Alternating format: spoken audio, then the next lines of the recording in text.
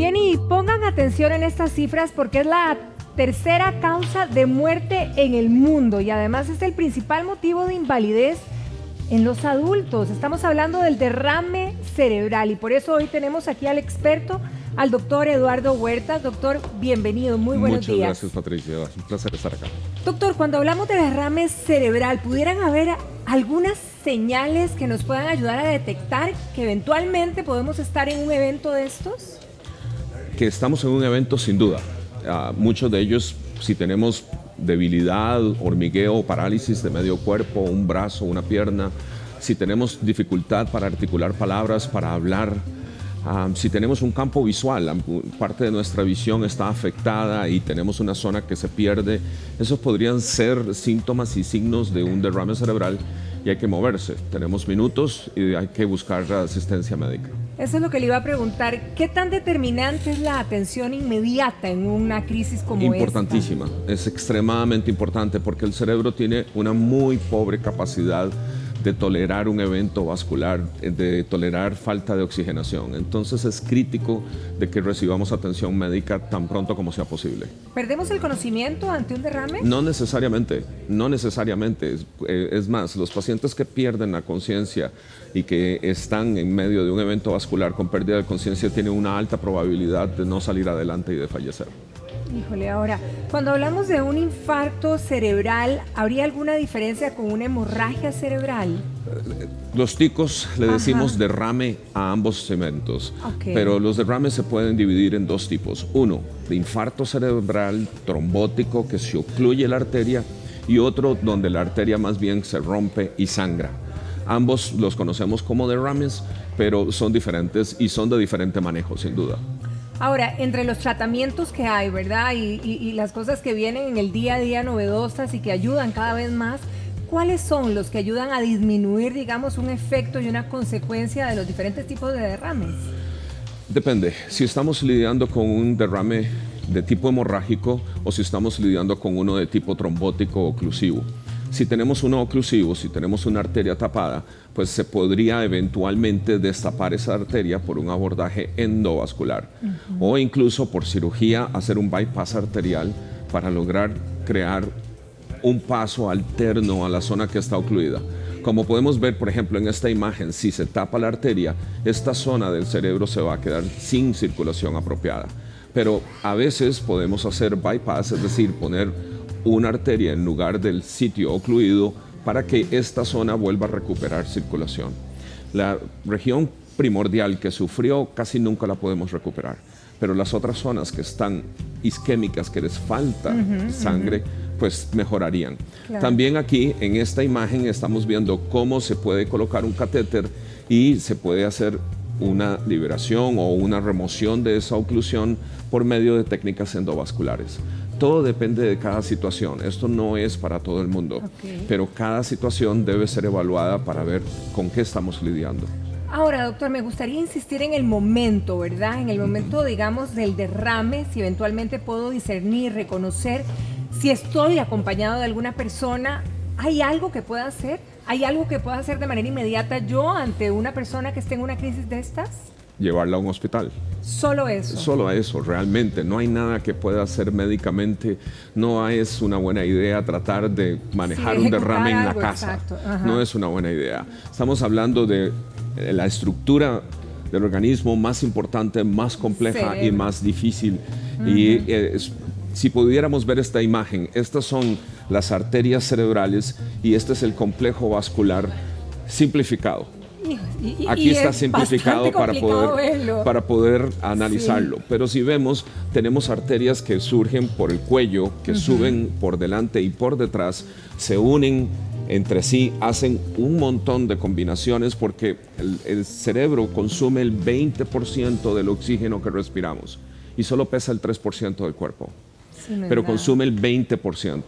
Entonces sus exigencias metabólicas son enormes y sus exigencias de oxigenación son enormes. ¿En qué casos se recomienda la cirugía, doctor? En casos en los cuales tenemos, por ejemplo, un coágulo, una hemorragia que está haciendo compresión muy severa, pues entonces tenemos que operar. También cirugía endovascular en casos donde tenemos oclusiones que son potencialmente tratables con stents o con shunts. Estos perfectamente son tributarios de cirugía. No todo derrame es tributario de cirugía, pero los primeros minutos y las primeras 3 horas son críticas para tomar una decisión terapéutica.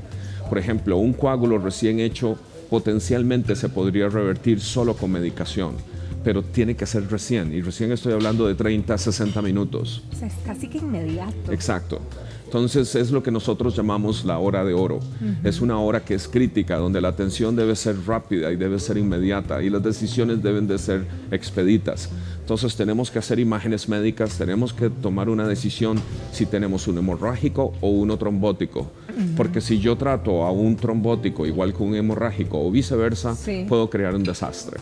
Ahora, doctor, digamos, si le pudiéramos transmitir a la gente que está en casa, ¿cuál es qué se siente ante una crisis de esta? ¿Hay dolor de cabeza? ¿Hay tensión? ¿Hay, no sé? Puede haber dolor de cabeza, pero es inusual. Más bien es al contrario.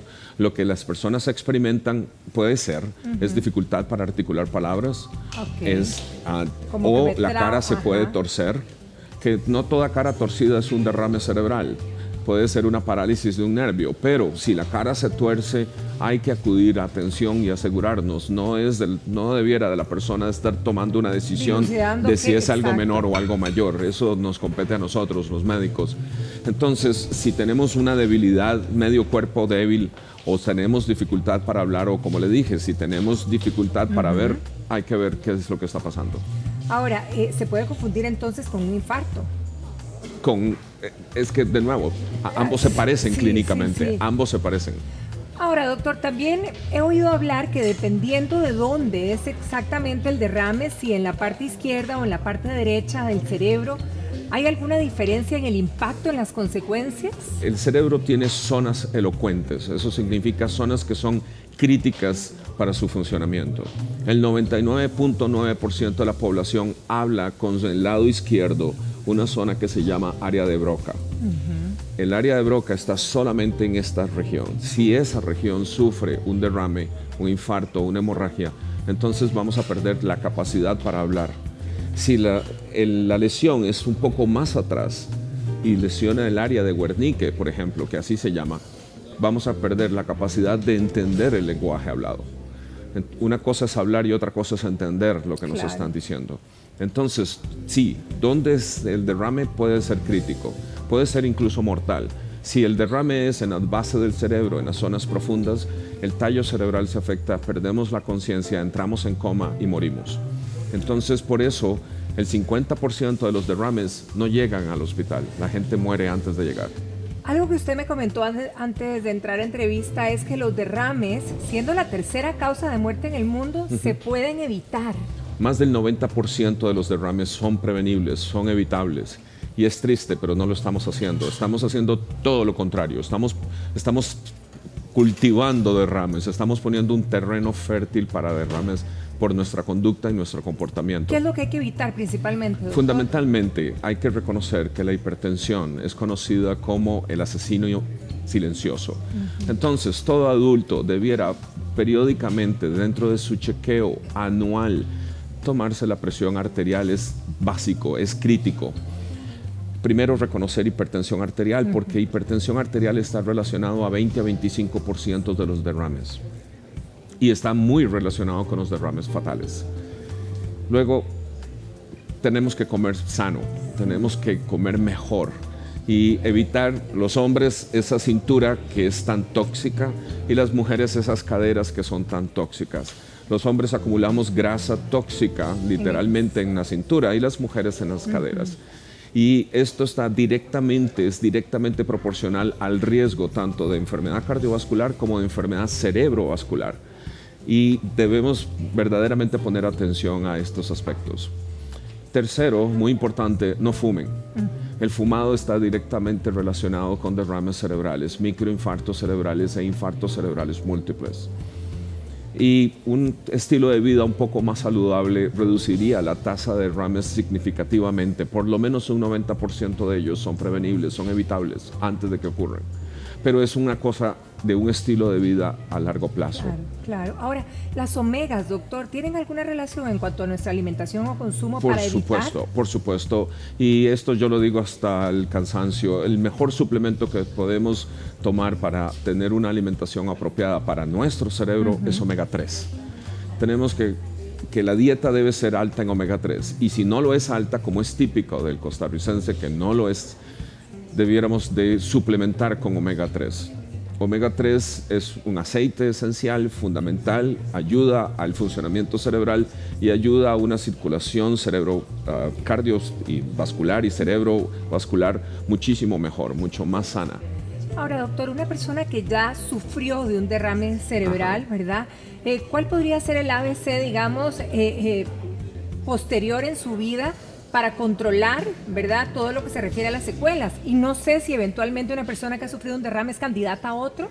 Sin duda, una persona que ya sufrió un derrame es candidata a otro, se multiplican sus posibilidades más o menos unas 20 veces por encima del resto de la población de tener otro derrame. El ABC de su recuperación depende mucho del territorio que sufrió, qué parte del cerebro fue la que sufrió. Puede quedar con secuelas invalidantes, desastrosas, como puede tener secuelas mínimas, apenas perceptibles. Entonces, pero ¿cómo evitar un segundo derrame? Pues caramba, dentro de lo que tenemos que hacer es chequeo médico regular, presión arterial bien controlada, adecuadamente controlada, asegurarnos que no tenemos azúcar en la sangre y que si tenemos diabetes efectivamente tratarla, y hacer un poco de actividad física diaria, además de una dieta sana, alta en lípidos saludables, bajo en azúcares, que nosotros los ticos comemos mucho azúcar y eso debiera de bajar.